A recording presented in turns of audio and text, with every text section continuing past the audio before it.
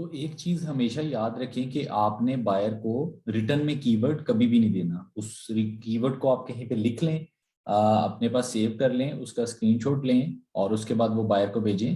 कुछ बायर ऐसे होते हैं जो कि एग्जैक्ट कीवर्ड टाइप कर लेते हैं, क्योंकि आपको पता है कि कीवर्ड के अंदर मैं आपको थोड़ा सा एक्सप्लेन कर देता हूँ, कुछ न्यूबीज भी इस वीडियोस को देखेंगे।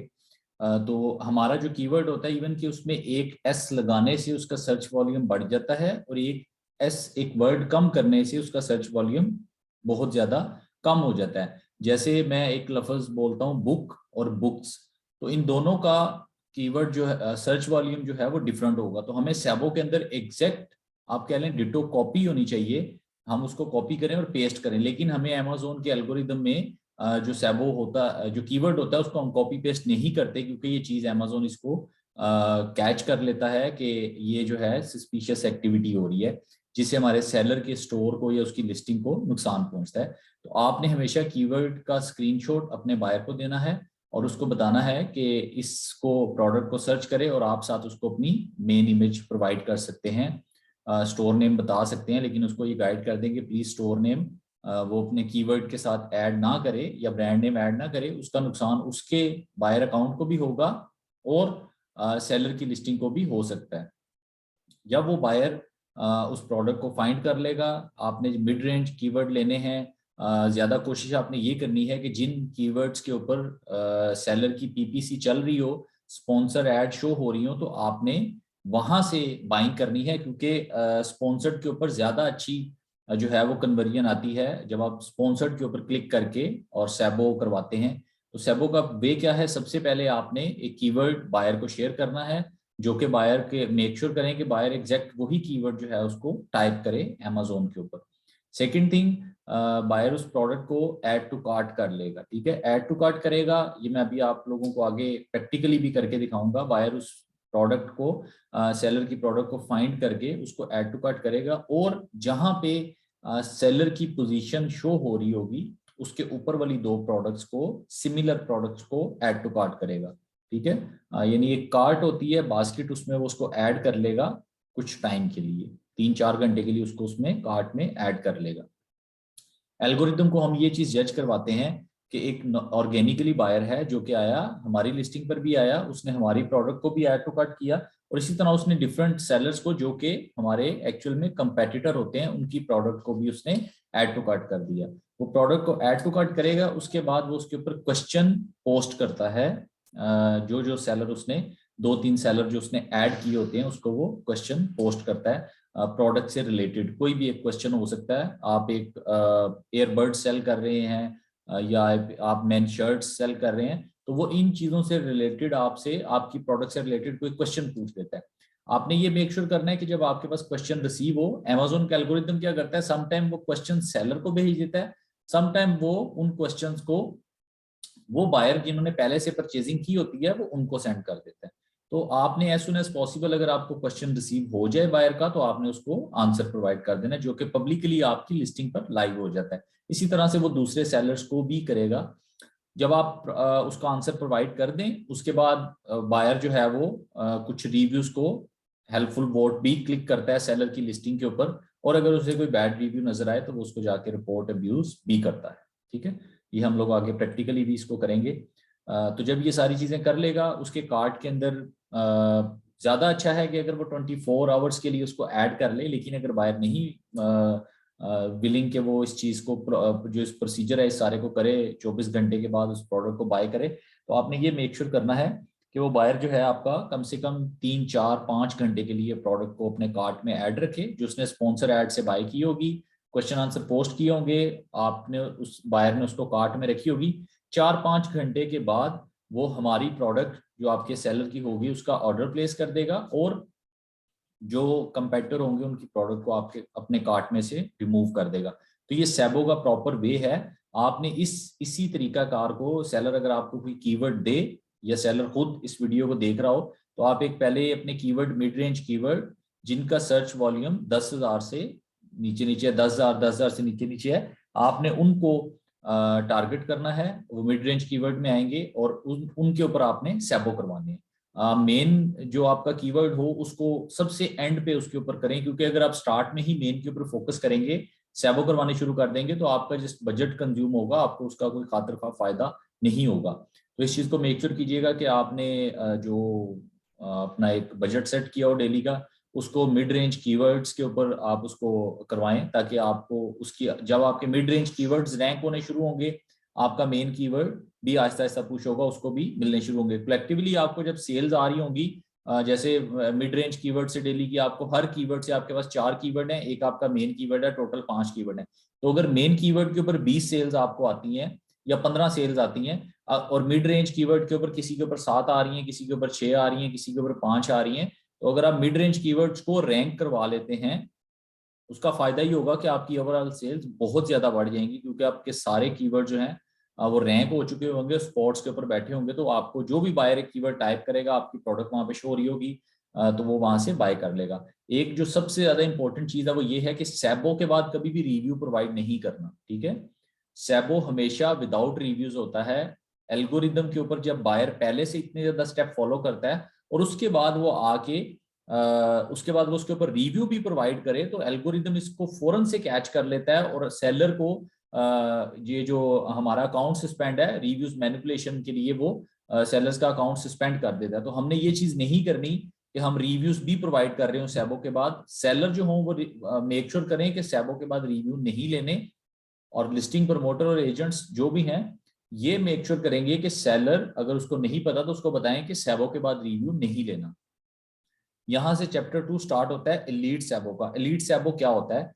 तो आपने इसके लिए, मैंने जैसे पहले बताया कि आपके पास बायर अच्छा हो, जिसका रिलेशन आपके साथ अच्छा हो, आपने अपना रिलेशन अच्छा बिल्ड किया उस बायर के साथ, या वो आपका कोई फैमिली मेंबर या फ्रेंड हो सकता है, जो आपकी इस वाले प्रोसीजर से, सैबो वाले प्रोसीजर से वो गुजर जाएगा और उसको 15 दिन, 20 दिन या 1 माह हो चुका हुआ है। अगर आपने, क्योंकि जब हम लॉन्च करते हैं तो हमारा टारगेट यही होता है कि हम इसको लाइफ टाइम अपनी प्रोडक्ट को लेके चलेंगे और मजीद इसमें प्रोडक्ट्स ऐड करते रहेंगे। तो जब हम इस हवाले से लेके चलते हैं तो हमें एफर्ट्स भी उतनी ही करनी पड़ती हैं, ठीक है।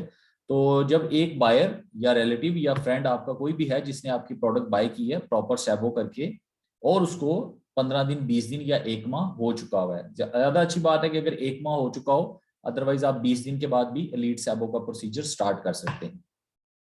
उसमें वो क्या करेगा, उसको मैं लीड सैबो क्यों कह रहा हूँ, ये मैंने एक टर्म बनाई और इसको मैंने कहा आप लोगों के साथ शेयर किया जाए।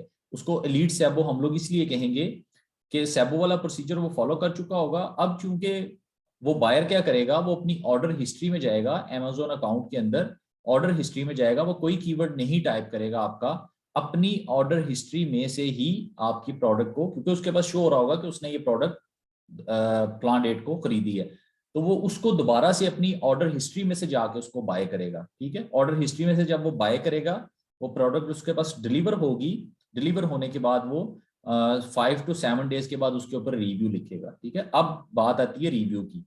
आपने पहले एक सैबो करवाया, सैबो करवाने के बाद जब उसको 15 दिन, 20 दिन या 1 माह गुजर चुका है, उसके बाद आपने बायर से दोबारा रिक्वेस्ट करनी है, जिसको आपने पहले से प्रोसीजर बताया होगा। उससे कहना है कि आपने जस्ट अपनी ऑर्डर हिस्ट्री में जाना है, वहां से जाके हमारी प्रोडक्ट को सर्च करना है, उसके सामने उसके नजर आ जाएगी, उस प्रोडक्ट को वो बाय करेगा, और जब वो प्रोडक्ट उसके पास डिलीवर होगी उसके बाद वो 5 से 7 दिन के बाद या 7 से 10 दिन के बाद उसके ऊपर रिव्यू सबमिट कराएगा, और वो प्रॉपर रिव्यू लिखेगा कि मैंने पहले भी ये प्रोडक्ट ली और मैंने इसको यूज किया और मुझे ये इतनी अच्छी लगी। जो भी प्रोडक्ट की क्वालिटीज हों वो उसके अंदर अच्छे तरीके से वो एक्सप्लेन करे कि मैंने इस प्रोडक्ट को पहले यूज किया है और मैंने इसको सेकंड टाइम इस प्रोडक्ट को बाय किया है, और अब मैं इसके ऊपर रिव्यू सबमिट करवा रहा हूँ क्योंकि मेरा एक रियल टाइम एक्सपीरियंस हुआ इस प्रोडक्ट के साथ और मुझे ये प्रोडक्ट इतनी अच्छी लगी कि मैंने इसको दोबारा से बाय किया। तो अब जब उसका रिव्यू सबमिट होगा, उसका रिव्यू डिलीट भी नहीं होगा, अमेज़न आपको रैंक भी बहुत अच्छा देगा, उसका रिव्यू लाइव भी रहेगा और उसका आपको बहुत ज्यादा, उसके रिजल्ट बहुत ज्यादा अच्छे मिलेंगे, बजाय कि आप डायरेक्ट फर्स्ट टाइम सैबो करवा के उसके ऊपर रिव्यू ले लें, उससे आपका रिव्यू डिलीट हो जाएगा। क्योंकि कोई भी एक ऑर्गेनिक बायर हो तो वो इतने ज्यादा स्टेप फॉलो नहीं करता, ठीक है। तो सैबो की हद तक ठीक है, सैबो के साथ रिव्यू नहीं लेना। अगर आपको कुछ रिव्यूज चाहिए तो या तो आप डायरेक्ट ऑर्डर करवा के उनके ऊपर रिव्यूज ले लें, सैबो करवाने के बाद रिव्यूज नहीं लेने। और जो एलीट सैबो वाला प्रोसीजर है, वो सैबो के बाद आप कुछ बायर्स को चूज कर लें कि इन बायर से हमें एलीट सैबो करवाना है, और उनसे आप बाद में रिव्यू ले लें 1 माह के बाद, जब दोबारा से वो एग्जिस्टिंग परचेज, अब ऑर्डर हिस्ट्री में से जाके आपने उसको दोबारा से परचेज करना है। ये हो गया सैबो का प्रोसीजर। सेकंड जो चीज है वो हमारी है एटीसी के। एटीसी क्या होता है? एटीसी में प्रोडक्ट को ऐड टू कार्ट किया जाता है। ये न्यू प्रोडक्ट के लिए होता है, जो प्रोडक्ट न्यू लॉन्च होती है। हम अमेजोन को ये चीज शो करते हैं कि हमारी लिस्टिंग के ऊपर ट्रैफिक आ रही है, मतलब बायर आते हैं, वो हमारी प्रोडक्ट को देखते हैं, उससे हमारा रैंक थोड़ा आहिस्ता आहिस्ता उस बूस्ट मिलना शुरू होता है। या अगर हमें अमेजोन किसी कीवर्ड पे शो नहीं कर रहा, तो ऐड टू कार्ट में जो हम कीवर्ड यूज करते हैं या पिक्सेलिफाई का रोटेटर लिंक यूज करके उसमें जो कीवर्ड डालते हैं, आहिस्ता आहिस्ता हम उन कीवर्ड्स के ऊपर शो होना शुरू हो जाते हैं। तो मैं कुछ चीजें हैं जो आपको प्रैक्टिकली जैसे ये ऐड टू कार्ट करके आपको दिखा देता हूँ, अपनी स्क्रीन शेयर करूंगा जिसके ऊपर ऐड टू कार्ट करके दिखाऊंगा। ये आप अपने बायर से ऐड टू कार्ट करवा सकते हैं, या चैट बोट्स बने होते हैं फेसबुक के जरिए, आपने अगर मैनी चैट का फ्लो बनाया हो तो उसके जरिए भी ऐड टू कार्ट करवा सकते हैं। अदरवाइज लिस्टिंग प्रमोटर्स जो हैं वो अपने बायर्स को रिक्वेस्ट करके तो प्रोडक्ट को ऐड टू कार्ट करवाते हैं, जो कि 24 आवर्स के लिए ऐड टू कार्ट रहती है, और उसके बाद बायर उसको रिमूव कर देता है। ठीक है, इस सूरत में बायर को कोई कमीशन नहीं देना पड़ता, आप जस्ट सेलर से कमीशन चार्ज करते हैं, और बायर से चूंकि आपका पर्सनल रिलेशन होता है तो आप उससे रिक्वेस्ट करके ऐड टू कार्ट करवा लेते हैं। और ऐड टू कार्ट की एक लिमिट जो है वो क्या है कि हम लोग डेली के 10 ऐड टू कार्ट सजेस्ट करते हैं कि आप स्टार्टिंग में 10 करें, आहिस्ता आहिस्ता उसको इंक्रीज करते जाएं, कभी 15 कर लें, कभी 20 कर लें, इस तरह से ग्रेजुअली आपने उसको इंक्रीज करते रहना आहिस्ता आहिस्ता, यानी कि स्टेप बनते जाएं और आप उसको इंक्रीज करते जाएं, ना कि उसको डिक्रीज करें। तो ये इस प्रोसीजर को हम लोग 10 या 15 दिन के लिए चलाते हैं, तो सेलर को इससे बड़े अच्छे रिजल्ट मिलते हैं। ठीक है, तो मैं स्क्रीन शेयर करता हूं, मैं आप लोगों को करके दिखा देता हूं कुछ चीजें।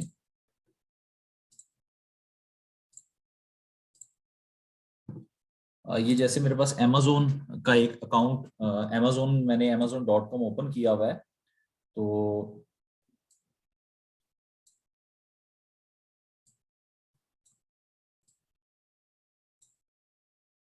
यहाँ पे कोई भी हम एक प्रोडक्ट, पेपर बैग्स, हम यहाँ पे देखें पेपर बैग भी है और पेपर बैग्स भी आ रहा है। जैसे मैंने आपको बताया कि एक वर्ड से सर्च वॉल्यूम चेंज हो जाता है, तो इसका पेपर बैग के ऊपर डिफरेंट सर्च वॉल्यूम आ रहा होगा और पेपर बैग्स के ऊपर डिफरेंट सर्च वॉल्यूम आ रहा होगा। नीचे इसके अलावा एक और कीवर्ड है paper bags with handles, paper bag pants, different keywords हैं। तो हमने एग्जैक्ट कीवर्ड जो सेलर हमें प्रोवाइड करेगा, हमने उसी के ऊपर सैबोस करवाने हैं। ठीक है, सैबो का तरीकाकार क्या होता है कि मैंने ये कीवर्ड टाइप किया और मेरे जो सेलर की प्रोडक्ट है, लेट्स से उसके ऊपर स्पॉन्सर चल रहा है, और ये मेरे एक सेलर की प्रोडक्ट है, या मैं इसको कंसिडर कर लेता हूँ क्योंकि इसके ऊपर अभी 1 रिव्यू है। ठीक है, और वो भी माशाल्लाह 4 स्टार है। तो मैं इस चीज को कंसिडर करता हूँ कि ये वाला मेरे सेलर की प्रोडक्ट है, मैं इसके ऊपर क्लिक करूंगा। ठीक है, इसको ऐड टू कार्ट करूंगा, ये मेरे पास यहाँ पे देखें ऐड टू कार्ट का बटन आ रहा है। तो मैं इसको डायरेक्ट बाय नाउ नहीं करूंगा, जो बायर होता है। मैं ये आपको क्यों करके बता रहा हूँ कि आपको चीजों की नाव होनी चाहिए कि ये चीजें किस तरह से होती हैं। तो जो आपका बायर होगा वो इसको ऐड टू कार्ट कर लेगा। ये मेरे पास कार्ट में ऐड हो गया। अब मुझे क्या करना है कि मुझे इसकी सिमिलर प्रोडक्ट्स ही ऐड टू कार्ट करनी है। ऐसा नहीं है कि मैंने एक paper bag add to cart कर दिया, एक ग्लव्स ऐड टू कार्ट कर दिए, एक गूगल्स ऐड टू कार्ट कर दिए, एक वॉच ऐड टू कार्ट कर दी, कोई फायदा नहीं होगा उसका।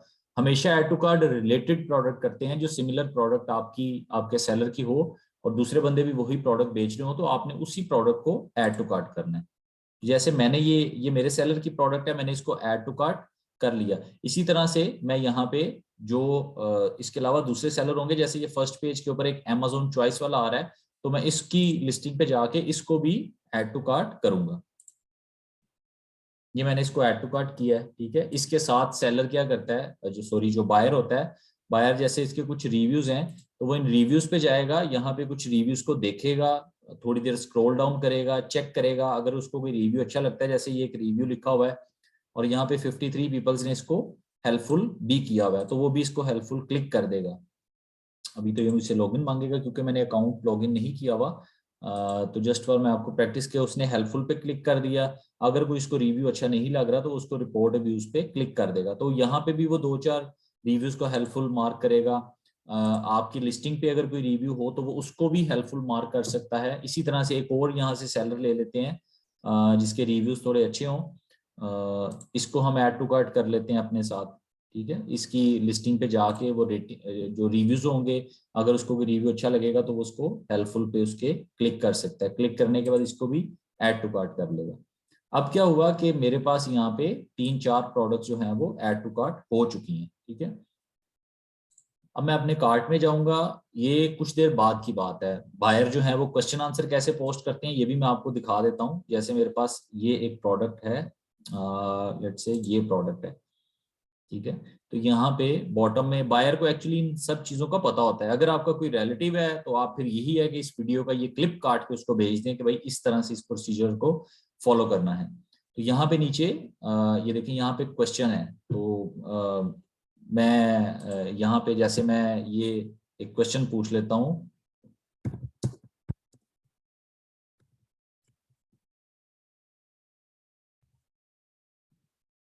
मैंने एक क्वेश्चन पूछा इससे कि अगर मुझे मेरे क्वेश्चन का आंसर नहीं मिलता तो मैं क्या करूंगा कि मैं इसको पोस्ट योर क्वेश्चन पे क्लिक करके, और ये जो मैं यहाँ पे इसको मजीद ऐड कर देता हूँ। मैंने उससे पूछा इज इट रीयूजेबल बैग। तो जस्ट रैंडम जो बायर जो होते हैं वो अपनी उस प्रोडक्ट से रिलेटेड ही क्वेश्चन करते हैं।